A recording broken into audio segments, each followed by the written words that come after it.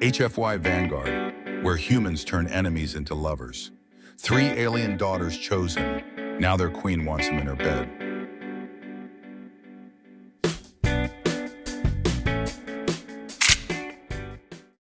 Captain Cole Payne had not survived 15 years of brutal war, only to be turned into a babysitter.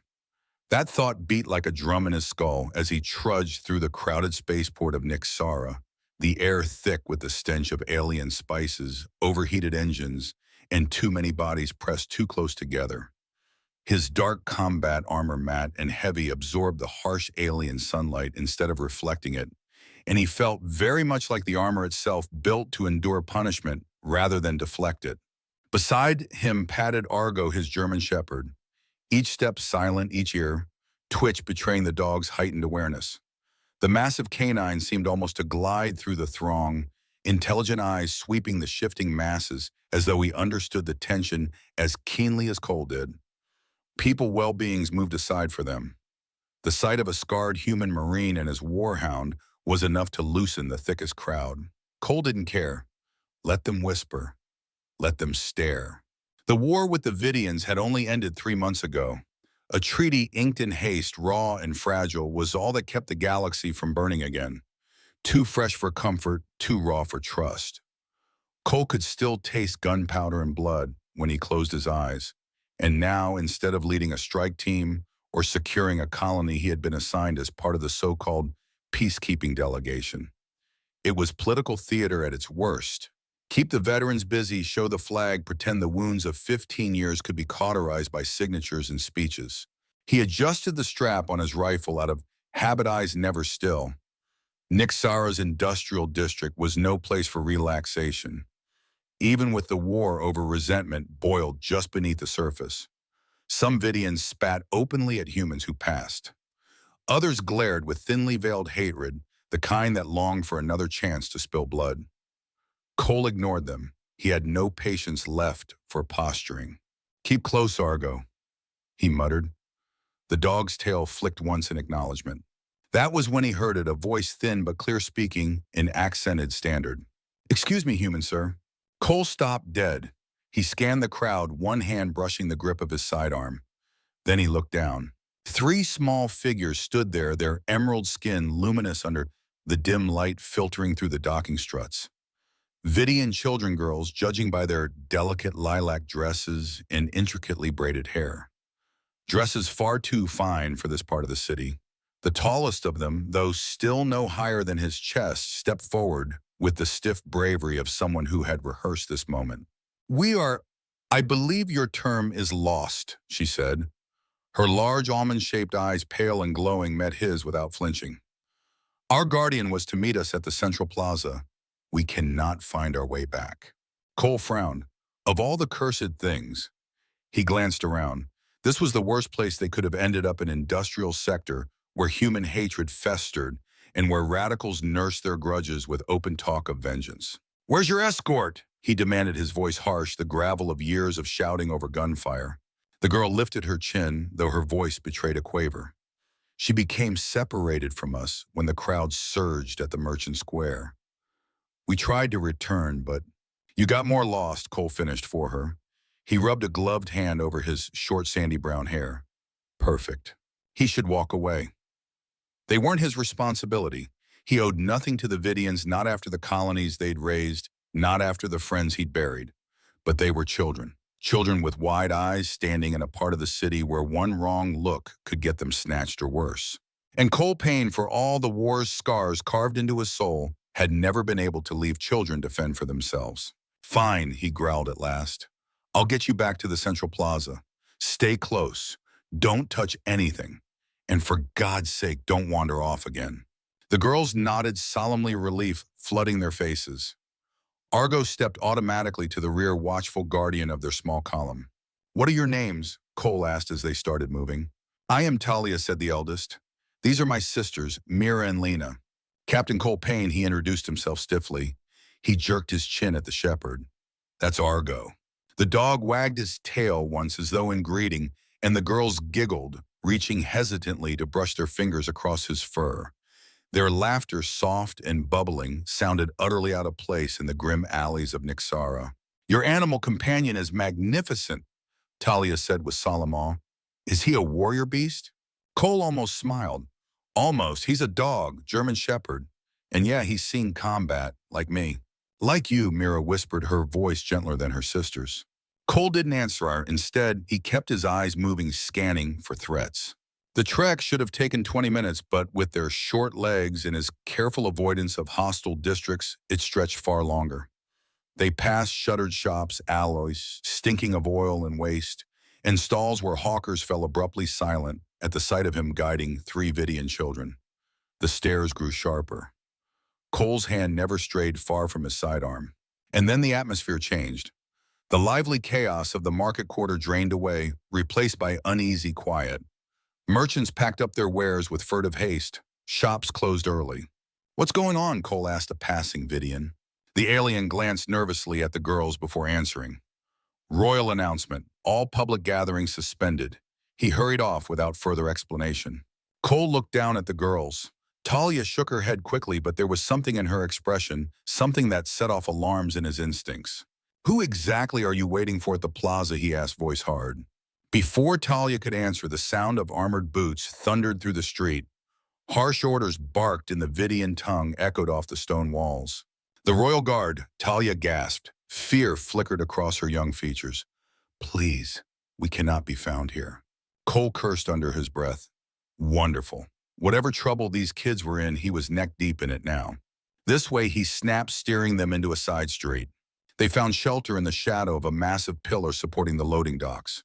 Workers had already cleared out to attend the announcement, leaving the area deserted. Cole slid down against the concrete, his muscles aching from the long patrol. Argo curled up beside him, alert. The smallest, Lena, shuffled forward. "May we sit with you? We are tired." Cole grunted. "Fine, just stay quiet." To his surprise, all 3 nestled against him immediately, their small bodies pressing against his armored chest, as though it were the safest place in the galaxy. Talia tucked herself against his left, Mira and Lena on his right. Their heads rested on his shoulders, their breathing evening out. "Hey, I didn't mean," he began, but they were already asleep. Cole let out a long sigh. Babysitting. That's what it had come to. Babysitting alien children in the middle of a city that wanted him dead. He closed his eyes just for a moment, telling himself it would only be until the commotion passed. But when he woke, it was to the cold kiss of metal against his throat. "Human," a voice hissed. "Do not move." Cole's eyes snapped open. A dozen Vidian royal guards encircled him, weapons leveled. Their armor gleamed in the artificial lights that had come on while he slept. Energy blades and pulse rifles aimed straight at his chest. And still, despite the deadly tableau, the 3 girls slept peacefully against him. Argo growled low, the sound rumbling like distant thunder. Cole placed a calming hand on the dog's neck. "Stand down, Argo." The circle of guards parted. A tall figure strode forward.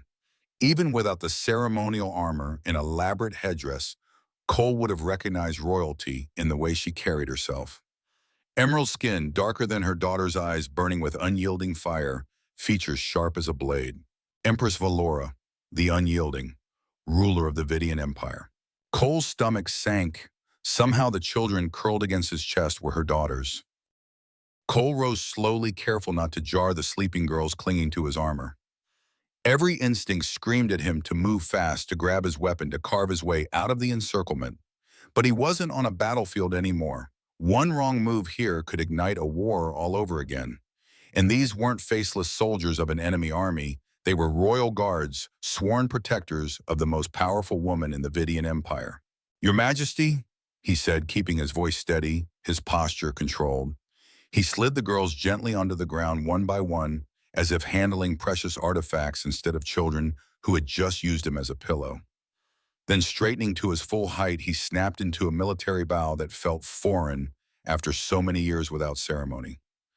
"Captain Cole Payne, Terran Marine Corps." The Empress's eyes narrowed.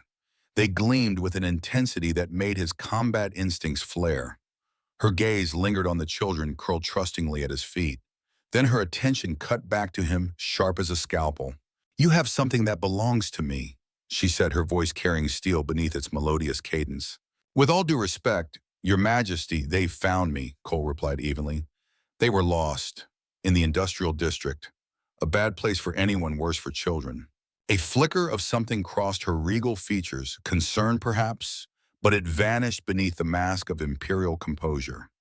The guards bristled at his words, their hands tightening on their weapons. Argo gave a warning growl, low and guttural. Cole raised a hand to steady him, never breaking eye contact with the queen. And you decided to what? Valora pressed her tone dangerously calm. Abduct them. I decided to protect them. Cole answered, his voice firm, which is more than I can say for whoever was supposed to be watching them. The words hung in the air like a blade over his neck. The guard's weapons angled closer, one energy blade humming near his throat. Cole braced for the inevitable retaliation.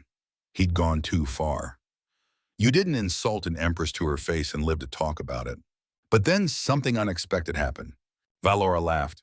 It was a rich, melodic sound, utterly at odds with the tension of the moment. Even her guards faltered, glancing at one another in confusion. You have courage, Captain Payne, she said at last, her lips curving into something that was not quite a smile.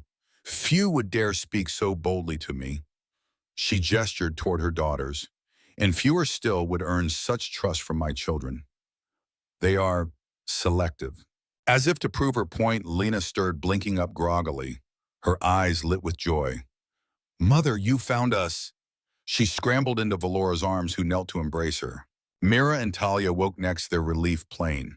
Talia, ever the eldest, straightened her dress before approaching with decorum. The human captain was most kind, Mother. When we became separated from Matrona, he guided us from danger. Valora studied her daughter, then turned her burning gaze back to Cole. Did he now? And how, pray tell, did you come to be sleeping beneath my daughters, Captain Payne? Heat crept up Cole's neck. They were tired. I let them rest while we waited for the announcement to pass. I didn't expect to fall asleep myself. He was warm, Mira offered helpfully. Humans are warmer than we are. Valora's lips curved slightly, but her eyes betrayed nothing. She rose to her full, imposing height, her elaborate headdress catching the glow of the artificial lights. Captain Payne, she said, her tone shifting from curiosity to command, I find myself in the unusual position of owing a debt to a human. My daughter's safety is beyond value. No debt necessary, Your Majesty. Anyone would have done the same. Would they? Valora asked softly, though her voice carried the weight of truth. I think not, particularly not a human veteran of our recent disagreements. Cole said nothing. She wasn't wrong. I have a proposition for you, Valora continued. The peace between our peoples is new fragile. There are those who would see it fail, on both sides. I'm aware, Cole said cautiously. I require someone who understands humans to serve as a cultural liaison at court. Someone who can help me navigate your species as we forge stronger ties. Cole blinked. He had not expected that. With respect, Your Majesty, I'm a soldier, not a diplomat. Precisely, Valora said. Her eyes gleamed with a sharp amusement. I have diplomats aplenty. What I need is someone who understands warriors. Someone who speaks plainly, not in circles.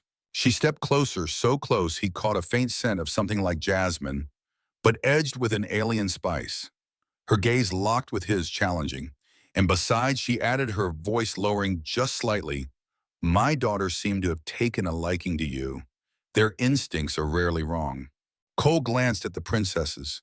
They stared back at him with hopeful eyes, utterly unafraid. Even Argo gave him a look that seemed suspiciously like agreement. This isn't really a request, is it? Cole said dryly. No, Valora replied with the faintest hint of satisfaction. It is not, nor is it one you can refuse without diplomatic consequences. Cole sighed. How long? 1 lunar cycle, she said, after which we may reassess. He considered his options, which were effectively none. His current assignment as peacekeeping observer was already little more than a ceremonial posting, babysitting politicians while they smiled and lied. At least this would be different. I'll need to inform my commanding officer.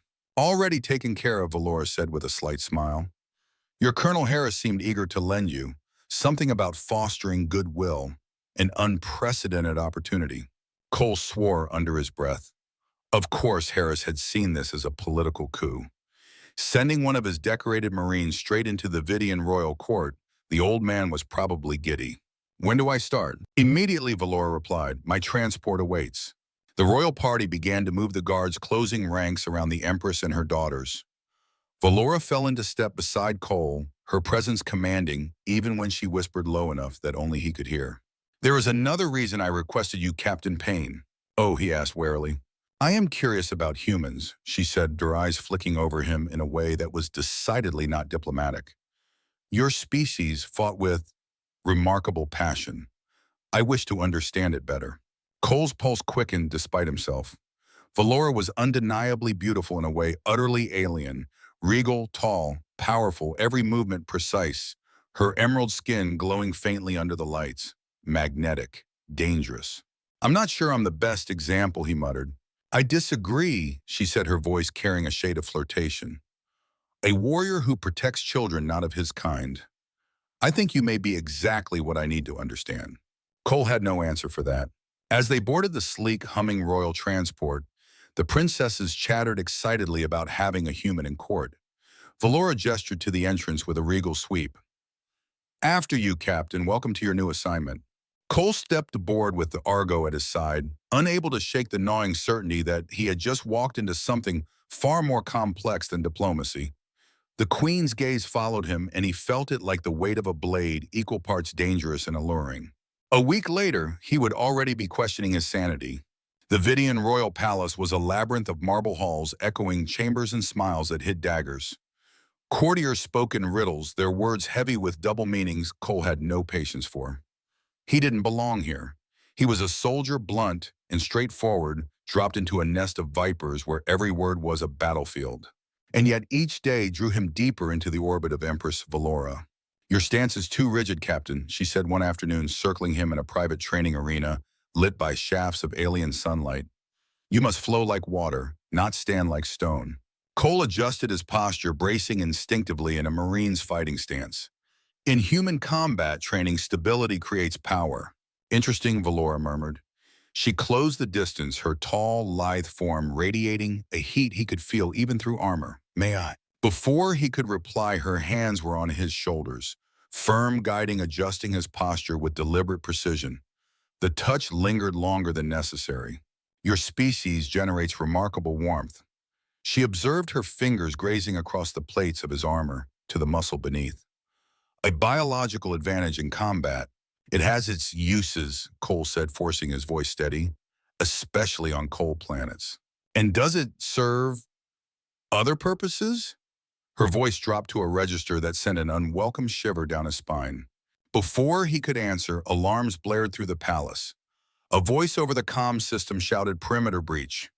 Eastern quadrant, all royal guards to defensive positions. Valora's expression hardened instantly, transforming from flirtatious teacher to warrior queen. The princesses, she said. Where are they? Cole demanded. The garden pavilion with their tutors, Valora answered, already striding toward the door. With respect. Your Majesty, I'm not waiting for guards. Cole broke into a run. Argo appeared from the sidelines, teeth bared, ready for war. The human marine had just gone from liaison to protector again. The Vidian royal palace was a world apart from the spaceports and battlefields Cole Payne knew. It was a sprawling labyrinth of towering spires, crystalline corridors and chambers that hummed with both political intrigue and ancient tradition. He'd fought across 3 star systems, seen cities burning, worlds shattered, but nothing unnerved him quite like the palace's endless courtiers, with their serpentine smiles and whisper-soft voices that carried double meanings. Cole had been stationed here for a week, and already he felt like a piece on someone else's game board. A cultural liaison, Valora had called him. To Cole, it felt more like being bait set out to test reactions. But every morning he was summoned to the Empress's private arena for lessons. She called them cultural exchanges, but Cole suspected they were tests. On the 7th day, shafts of alien sunlight pierced through the translucent dome overhead, scattering across polished stone. Valora circled him like a predator, her ceremonial robes exchanged for sleek combat attire that clung to her tall, lithe frame. Your stance is too rigid, she repeated, her voice smooth yet commanding. Vidian combat requires fluidity. Flow like water. Captain Payne, not like a movable stone. Cole shifted uncomfortably, demonstrating a marine stance. Humans fight with stability. We anchor ourselves. Power comes from roots planted deep. Valora arched an elegant brow. A tree is strong until the storm uproots it. Water endures any storm. She stepped close before he could retort, her hands settling on his shoulders. Firm guiding, she rotated his torso, shifted his weight onto the balls of his feet. Her fingers lingered heat seeping through the thin gap in his armor plates. Cole stiffened not from the adjustment, but from the awareness of her touch. Your species runs hot, Valora observed. Her eyes glinted with curiosity. A biological trait. An advantage in combat. It helps Cole admit it, forcing his voice even, especially in cold environments. Valora's lips curved, the faintest hint of something more than curiosity. Does it serve other purposes? Her voice dropped sultry and low. Cole swallowed hard, the air thickening around them. He opened his mouth to reply, then the door crashed open. Captain Payne, cried Talia, bursting into the training hall with her sisters at her heels. The girls rushed past stunned guards, their lilac gowns swishing, their hair braids bouncing. Children of Valora snapped, her regal composure snapping back into place. You know better than to interrupt. But Mother Lena exclaimed, clinging to Cole's leg. We wanted to watch the human fight. Mira, more diplomatic, folded her hands. It is cultural research. Cole almost laughed at the sight of 3 alien princesses pleading for an excuse to hang around him. Valora pinched the bridge of her nose. They are relentless, Cole muttered, shaking his head. They are your problem now, Valora said dryly, but her eyes betrayed a trace of amusement. That was how Cole found himself, half instructor, half entertainment.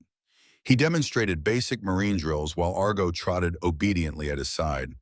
The princesses imitated every move with giggling seriousness.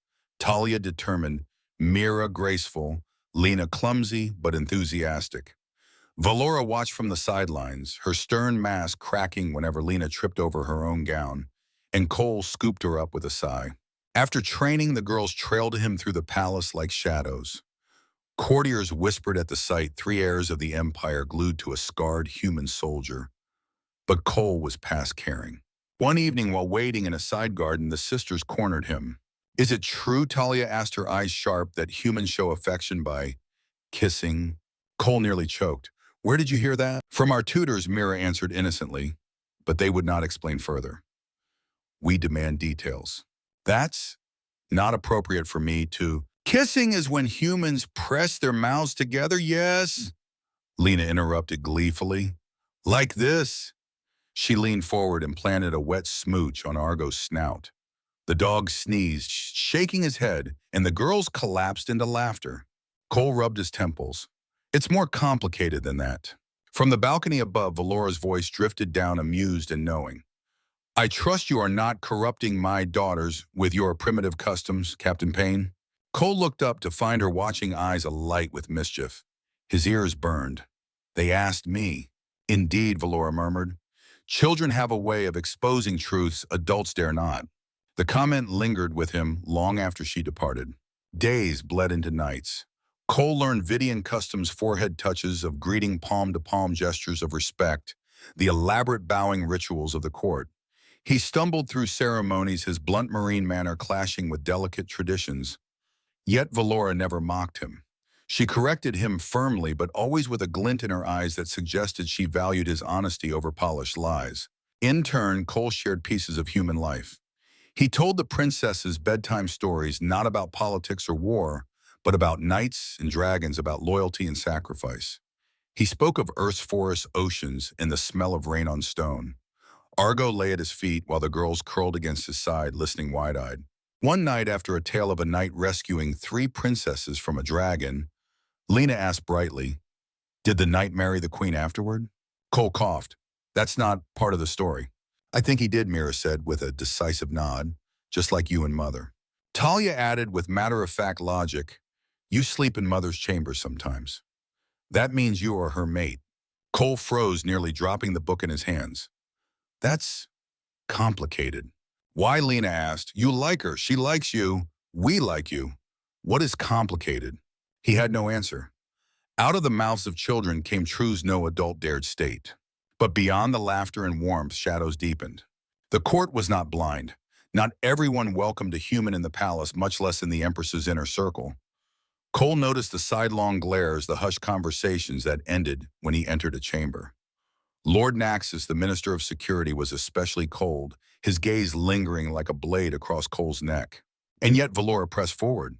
She demanded his presence at council sessions, invited him to private strategy meetings, sparred with him both physically and verbally. Their conversations grew longer, less formal. She challenged him, teased him, probed at the differences between their species. Cole found himself drawn to her not just to her strength or beauty, but to the flashes of vulnerability she tried to hide.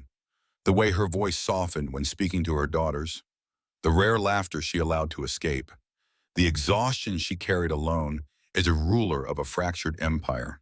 One evening as they walked the torch-lit halls after a council meeting, Valora paused before a great stained glass window. The alien stars beyond glittered like shards of emerald fire. "My daughters trust you," she said quietly. "That is unusual." "They're good kids," Cole replied. "Smart, braver than most soldiers I knew." Valora's lips curved faintly. "You flatter them. And yet, you are not wrong." She turned to him, eyes searching. "I wonder, Captain Payne, if I should be wary. My daughters are clever, and they have taken to playing matchmaker." Cole chuckled under his breath. "I've noticed." "Have you?" Valora asked, stepping closer. The torchlight glowed across her emerald skin, casting her in molten gold and shadow. "And what do you think of their schemes?" Cole met her gaze, heart pounding. "I think your daughters are dangerously perceptive." Her eyes glinted unreadable. "So they are." The silence between them thick and charged until a distant trumpet shattered it. The moment slipped away, but the tension lingered like an unspoken promise. The palace was a maze of intrigue, but within its walls something unexpected was forming, a fragile thread connecting soldier and sovereign, woven by the laughter of children and the weight of survival. Cole Payne had come to Nexera as a reluctant babysitter. Now he was becoming something more. And somewhere in the shadows, enemies watched, waiting to strike. The Vidian Palace gardens were nothing like the battlefields Cole had known. They sprawled across terraces of crystalline stone with alien flora glowing faintly in the twilight fountains whispering beneath the twin moons. To the princesses, it was a wonderland. To Cole, it was a battlefield waiting to happen, too many blind corners, too many ambush points. That night, as Valora drilled him once again in ceremonial combat stances, the stillness shattered. A sharp crack echoed through the gardens, followed by the hiss of energy bolts slashing the air. Cole's instincts ignited before thought could catch up. He shoved Valora aside and sprinted toward the pavilion where he knew the girls were studying with their tutors. Argo was already ahead of him, a dark blur across glowing pathways, his snarl reverberating through the garden like a war drum. Three figures in stealth suits advanced on the pavilion, weapons raised. Two royal guards already lay smoking on the ground, armor pierced by direct hits. The tutors huddled with the children, trying to shield them with trembling arms. Cole didn't hesitate. He launched himself at the nearest attacker, a flying tackle that carried them both to the stone path. His elbow cracked into the alien's throat, dropping him with a choking wheeze. Rolling away, he narrowly avoided another bolt that scorched the ground where he'd been. Argo tore into the second mercenary's arm, dragging the alien down in a spray of sparks and shrieks. Cole scooped up the fallen energy pistol and fired twice his shots, precise, one to the leg, one to the shoulder of the third attacker. The mercenary collapsed, weapon clattering across the stones. 30 seconds. That's all it had taken. 3 attackers disabled the children safe. Royal guards poured into the garden moments later, too late to do more than bind the wounded mercenaries. The princesses bolted from their tutors' arms, racing straight to Cole. "You move so fast," Talia cried, eyes wide with awe. "Are you hurt?" Mira asked, scanning him anxiously. Cole checked them quickly, running hands over small arms and shoulders. "You're all fine. That's what matters." Valora arrived, her ceremonial armor gleaming under the moons, her face a mask of fury. She issued a rapid barrage of orders in her native tongue before turning on Cole. "You disobeyed protocol," she said coldly. "Royal guards are responsible for my daughter's safety." "With respect, Your Majesty," Cole replied without flinching. "I don't leave children in danger while waiting for protocol." A murmur rippled through the assembled guards. No one spoke to the Empress like that. Yet instead of wrath, Valora's lips curved into something else, approval. "No," she admitted softly. "You don't, and that is a trait. I find increasingly valuable. She raised her voice, addressing the crowd. Behold the actions of our human liaison. While others debated, he acted. This is why the alliance strengthens us both. The guards thumped their fists against their chest plates, not for Valora, but for Cole. He stood stunned as the salute echoed through the gardens. That night, after the princesses had been tucked safely into their beds, Cole was summoned to Valora's private study. She stood before a vast window overlooking the capital, her silhouette framed against the galaxy beyond. The attackers were Rexian mercenaries, she said without preamble, hired by those opposed to the alliance. Rexians, Cole frowned. They're supposed to be neutral. Neutrality can be bought, Valora replied, and someone in this palace paid dearly. She turned, her emerald eyes boring into him. You saved my daughters again. That is no small thing. Just doing my job, Cole said. No, she countered, stepping closer. Your job is liaison. What you did tonight went far beyond duty. Her hand lingered near his jaw, fingers grazing his stubble. I've been testing you, Captain Payne, pushing you. Tonight you exceeded every expectation. Cole's pulse hammered. Humans aren't that complicated. We value action over politics. Valora's lips curved, but before she could respond, the chamber doors burst open. Mother Talia's voice piped. All three princesses rushed in as still in their nightclothes, ignoring protesting guards. Valora sighed, regal composure dissolving. You should be asleep. We couldn't, Lena said, darting behind Cole's legs. We were discussing human customs. Cole groaned. Oh no. Yes, Mira declared brightly. Humans kiss with their mouths. Very different from Vidian greetings. Valora arched a brow at him, amusement flickering across her regal features. Is that so, Captain Payne?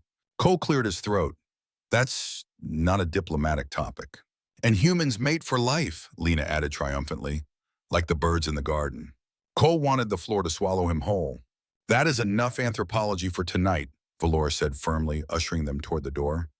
But her eyes gleamed with mirth as they met his. 2 days later, the children appeared in Cole's quarters, wide-eyed and guilty. We overheard something, Talia whispered. Cole crouched. Where? In the garden, Mira explained. We were hiding during hide-and-seek. What did you hear? Lena's voice dropped to a fearful whisper. Lord Naxos said humans can't be trusted, especially ones close to the throne. And he said soon the royal line will be purified. Cole's blood ran cold. Did he see you? No, Talia assured. We were in the secret tunnel, behind the fountain. Secret tunnel, Cole repeated. Mira nodded. We found it last year when Lena lost her toy. It connects the nursery to the garden. Cole exhaled sharply. These children had stumbled onto more than games they'd uncovered treason. Show me, he ordered. The tunnel was a relic, an old ventilation system barely large enough for him to crawl through. The children led him to a grate overlooking the fountain. Through it, Cole saw Naxos pacing, checking his timepiece. A woman approached Lady Perth, mistress of ceremonies. Everything prepared, she asked. Yes, Naxos hissed. The Rexians were a distraction. The true operation begins tonight. The human complicates matters, but his death will serve our plan. He'll be found in the Empress's chambers after assassinating her. The Alliance collapses, war resumes, and the Council takes control. Cole's stomach turned to ice. Not just a coup, an attempt to frame humanity itself. And the princesses, Lady Perth asked. Unfortunate casualties, Naxos said coldly. The bloodline passes to the Council. Cole backed away from the great fury simmering. He had proof. Proof that could save Valora, the children, maybe even the fragile peace. He emerged into the nursery where the princesses waited, eyes anxious. Is Mother in danger? Talia asked. Yes, Cole said honestly. But I'll protect her. That's what human knights do. Lena's eyes glowed. Like your stories. Exactly, Cole said grimly. He summoned the Royal Guard commander, doubling security around the children. Argo stayed with them, the loyal shepherd, unwilling to leave their side. Cole, however, had only one mission left: warn Valora and prepare for the storm about to break. The council chamber buzzed with voices when he found her. Valora dismissed them the moment she saw his expression. Cole, she said, dropping the formality. What is it? Your Minister of Security is planning a coup. Tonight. I overheard him. He plans to kill you and frame me. Valora's face hardened. How do you know this? Your daughters overheard him first, Cole admitted. I confirmed it myself. She arched a brow, but showed no surprise. I used those tunnels as a child. They were supposed to be sealed. Clearly they were not. He repeated the conspiracy word for word. By the time he finished, her fury burned like a star. So Valora said at last, they plan to kill me, blame you, restart the war, and seize the throne. She smiled coldly. How? Unimaginative. Cole exhaled. You don't seem surprised. I've suspected Naxos for years, Valora said, but I lacked proof. Thanks to my daughter's mischief and your intervention, I have it now. She placed her hand in his, a public gesture unthinkable weeks ago. It seems I owe you my life again, Captain Payne. Just doing my job, Cole muttered. No, Valora whispered, doing much more. Her grip tightened. Now let us spring their trap, but with modifications of our own. Cole nodded grimly. For the first time since he'd arrived in this palace of intrigue, he felt like a soldier again. And this battlefield, though filled with marble and silk instead of mud and blood, was no less deadly. The coup was coming, and he would meet it head-on. The palace breathed a heavy silence as midnight drew near. Cole adjusted the iridescent ceremonial armor Valora had insisted he wear. It gleamed faintly emerald in the torchlight, an almost mocking disguise to blend him among her people. He tugged at the plates uneasily, preferring the worn weight of his marine battlesuit. This armor looked more suited for parades than combat. Are you certain this will work? He asked. Valora fastened the final clasp at his shoulder, her long fingers brushing deliberately close to his neck. No, she admitted, but the best plans rarely survive first contact with the enemy. That I believe is a wisdom both our species share. Cole gave a grim smile, and a good reason to always have a backup plan. Valora leaned closer, pressing her forehead gently against his, a Vidian gesture of intimacy that had become strangely natural between them. You have adapted remarkably well to court life, Captain Payne. For someone who claimed to hate politics, you navigate it with a soldier's clarity. I had good motivation, Cole said quietly. He let the words hang, unspoken truth shimmering between them before he stepped back. Now let's catch ourselves some traitors. The plan was simple. Valora would appear to retire for the evening. Cole would make a show of leaving her chambers ostensibly to perform a security sweep. In reality, he would double back through the hidden tunnels the princesses had revealed. When the conspirators struck, they would walk straight into a trap, an empress with steel in her hands and a human marine at her back. Cole slid into the narrow passage behind Valora's chamber sidearm ready. His boots whispered against stone. The minutes stretched, each second taut with anticipation. Then he heard it, the faint scrape of a hidden panel opening. 4 figures slipped into Valora's bedchamber, Lord Naxos, Lady Perth, and 2 guards in his personal retinue. Their weapons gleamed in the gloom. Remember, Naxos hissed. The human kills the Empress, then we kill him. The evidence must be clear. And if he's not here, one guard asked. Then we kill her and blame him anyway. The result is the same. They crept toward the bed where a figure lay beneath the covers. Cole exploded from the passage, sidearm raised. I wouldn't do that if I were you. The assassins froze. At the same moment, the form in the bed sat up, revealing not Valora, but a combat dummy clad in her ceremonial robes. The real Empress strode in from the antechamber, flanked by loyal guards. Lord Naxos, she said, her voice like ice. What an unexpected visit. Naxos recovered with terrifying speed, his face twisting with hatred. The human has corrupted you. The bloodline must remain pure. Pure Valora's laugh was sharp as a blade. Our empire was built on strength through diversity. You have forgotten our history. Surrender, Cole ordered, keeping his weapon trained. It's over. For a moment, it seemed Naxos might obey. Then his eyes flicked past Cole to the shadowed grate in the wall, and Cole's blood turned to ice. The princesses. He told them to stay in their quarters, but as the grate shifted, he knew of course they hadn't listened. 3 small faces peered out, wide-eyed. Argo crouched beside them. Naxos lunged, not at Valora, not at Cole, at the grate. Cole moved without thought. He threw himself between the minister and the children just as the energy blade hissed. Pain ripped through his shoulder, burning searing. The blade meant for the girls had carved through flesh and armor alike. Argo roared, bursting through the grate in a fury of fangs and muscle. He slammed into Naxos, driving him back.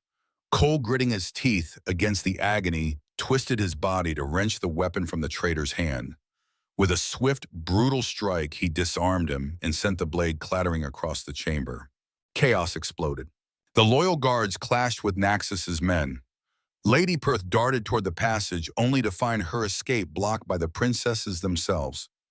Somehow the girls had shoved a heavy ornamental urn across the tunnel mouth, their small bodies straining with defiant determination.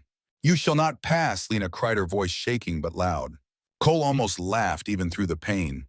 Brave little fools. Naxus fought like a cornered beast, his fists and boots lashing out. Cole met him strike for strike, his marine training against Vidian brutality.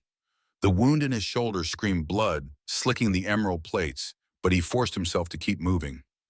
Every blow was fueled by one thought: protect the children. At last, Valora herself stepped into the fray. She caught Naxus's arm twisted and slammed him to the ground with the imperial strength honed through years of training. Her blade hovered at his throat, eyes blazing. "Your betrayal ends tonight," she hissed. Lady Perth was dragged screaming into custody. Naxus's guards fell one by one, overwhelmed by loyalists. And then silence. Cole sagged against the wall, clutching his shoulder. Blood seeped between his fingers. Valora was at his side, instantly kneeling, her hands surprisingly gentle as she applied a healing salve. "That was foolish," she said softly. "Brave but foolish." "It worked, didn't it?" Cole rasped, forcing a crooked grin. "Mother," the princesses burst from the passage, rushing into the chamber. They skidded to a halt at the sight of Cole's blood. "Is Captain Payne going to be all right?" "Yes," Valora said, her voice firm but tender, though not for lack of trying to get himself killed. The girls beamed with pride instead of fear. "He jumped in front of the blade," Mira declared. "Just like in his stories," Lena added. Valora looked at Cole, then really looked. Her expression softened pride and something deeper flickering in her emerald eyes. "Yes," she murmured. "Just like in his stories." The following weeks blurred into recovery. Cole's wound healed, leaving a scar across his shoulder. Valora teased that it made him look appropriately heroic, though her touch lingered on it longer than necessary. The coup had been crushed, the conspirators exposed. The council rallied behind Valora with renewed vigor, publicly condemning Naxus's treachery.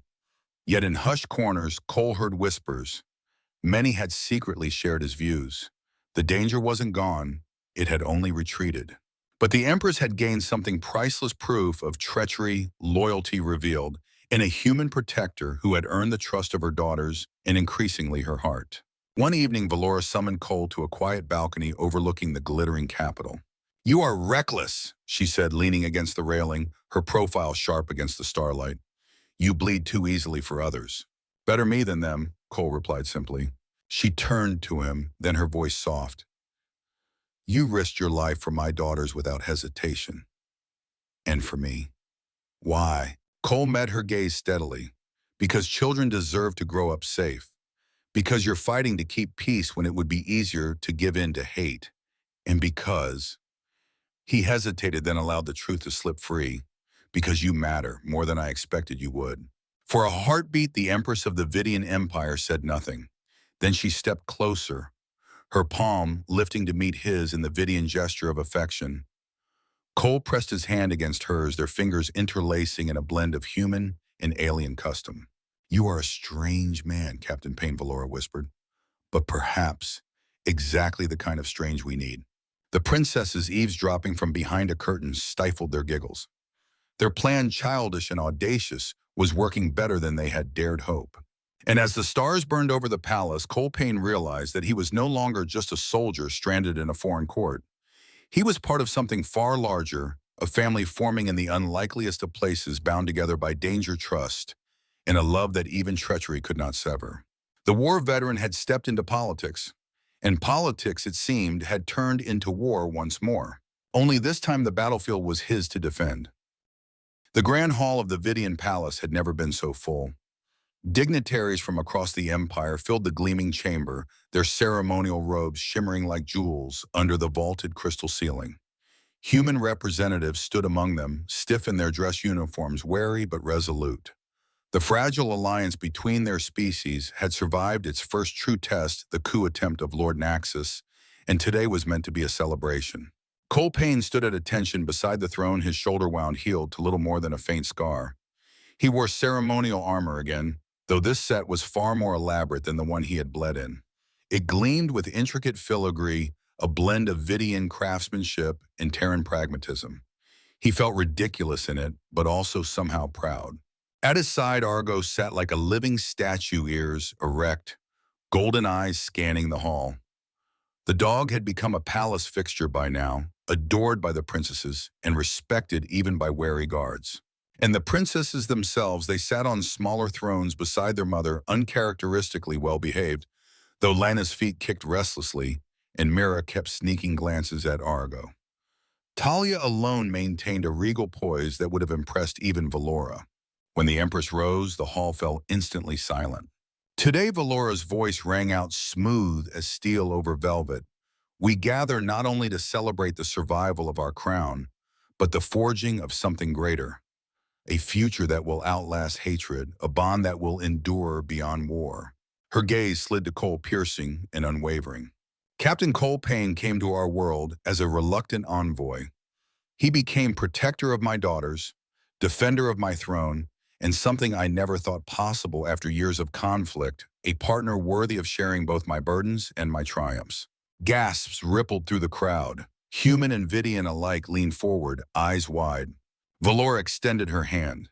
Cole stepped forward, his boots echoing against the marble floor, and clasped her fingers in his. Their palms pressed together in the Vidian gesture of intimacy, their fingers interlaced in the human way. A fusion of traditions, a symbol neither side could miss. I present to you, Valora declared, her voice resounding, Captain Cole Payne, royal consort and imperial protector. Living proof that what began with children seeking safety in the arms of a former enemy can blossom into an alliance stronger than blood. The hall erupted. Applause, thundered cheers rising from both delegations. Human officers exchanged stunned looks before joining in. The Vidian courtiers, after a moment's hesitation, followed their empress's lead. Cole leaned toward Valora, his voice low enough only she could hear. Not bad for a guy who was just trying to help some lost kids. Valora's lips curved, her eyes gleaming. Those lost kids knew exactly what they were doing. I am beginning to suspect they orchestrated this from the moment they curled up on your chest. Cole chuckled under his breath. Humanity's greatest diplomatic victory, masterminded by 3 alien children. No one will believe it. The best stories rarely sound believable, Valora replied softly, until they are lived. That night, the palace felt transformed. The coup had been crushed, the people reassured, the alliance sealed with spectacle. But beyond politics, a family had been forged. Cole found himself once again in Valora's private chambers, the Empress herself no longer clad in ceremonial grandeur, but in a simple gown that revealed her regal silhouette without the trappings of power. She looked to his eyes even more formidable and even more human in her simplicity. She approached him with quiet steps, the torchlight catching in her emerald skin. You have given me something I never thought I would have again, she murmured. What's that? Cole asked, his voice rough. Hope, trust. And she hesitated, rare vulnerability flickering across her face, someone beside me who does not fear my crown. Cole's throat tightened. I don't fear your crown, Valora. I fear failing you. Or them. He nodded toward the princess's wing, where he knew 3 sets of mischievous eyes were probably still awake, plotting their next scheme. Valora smiled, soft and unguarded. You won't fail. That is why they chose you before I did. She pressed her forehead against his once more. Cole returned the gesture instinctively, his hand sliding into hers. This time there was no alarm, no assassination attempt, no political interruption. There was only the quiet joining of 2 lives, once enemies, now something far more dangerous, partners. The weeks that followed proved that peace was never simple. Valora and Cole navigated council meetings where ministers still whispered doubts about humans. They quelled rumors of other factions preparing to rise. They strengthened ties with Earth's delegation, using Cole's presence as living proof that unity was possible. But between battles of words and politics, there were moments of warmth. Evenings where Cole told stories to the princesses, while Valora listened quietly from the corner. Mornings where he trained with her in the arena, their sparring less about combat and more about trust.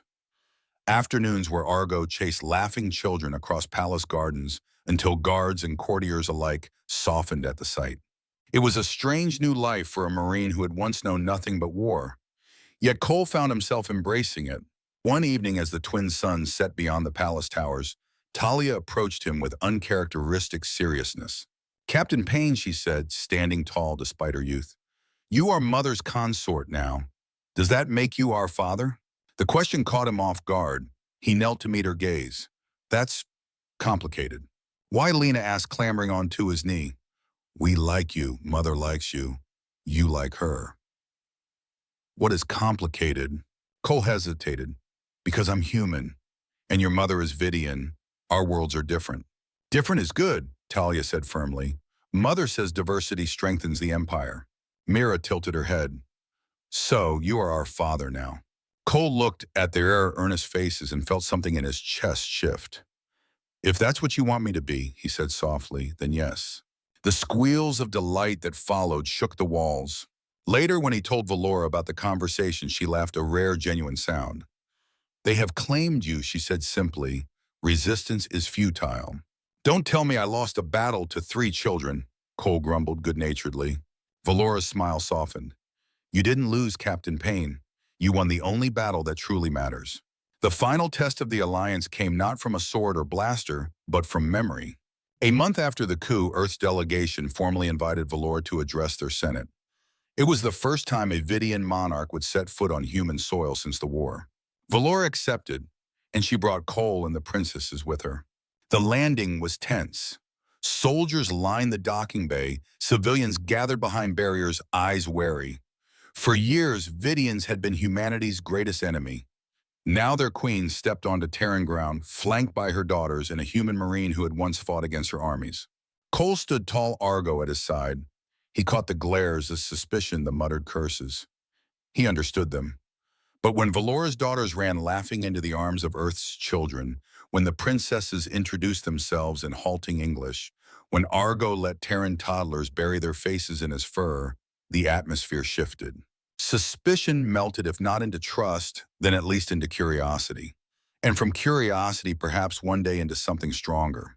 Valora's speech before the Senate was short but powerful. War taught us hatred, she said, her voice resonant. But my daughters taught me trust, because they trusted a human soldier when reason said they should not. That trust saved them and me. It saved our empire. It can save us all. The chamber erupted in applause. Cole watched from the side, pride swelling in his chest. For once, the war-scarred Marine allowed himself to believe in peace. That night, back aboard the palace ship, Valora curled against him in their private quarters, her cooler body pressed to his warmth. Do you regret this? She asked softly, vulnerability edging her voice. Cole traced a finger along her shoulder, not for a second. She smiled in the darkness. Then perhaps my daughters were right. Perhaps fate put you in our path. Cole chuckled. Or maybe they just wanted someone to tell them bedtime stories. Valora laughed low and melodious. Either way, Captain Payne, you are ours now. He kissed her forehead in the Vidian way, then her lips in the human way. And for the first time since the war began 15 years ago, Cole Payne felt at peace. Months later, during another evening in the princess's chamber, Cole told a story as 3 pairs of eyes stared raptly. And then the human knight rescued the alien queen from the evil minister, he concluded, his voice dipping dramatically. Did the knight marry the queen afterward? Lena asked eagerly. Cole hesitated, glanced at Valora standing in the doorway, then smiled. The story doesn't say, but some endings are better left for us to live ourselves. The girls giggled knowingly. Valora's smile was radiant. And Cole realized this wasn't just an alliance of nations. It was a family. One he hadn't expected, one he wouldn't trade for the galaxy.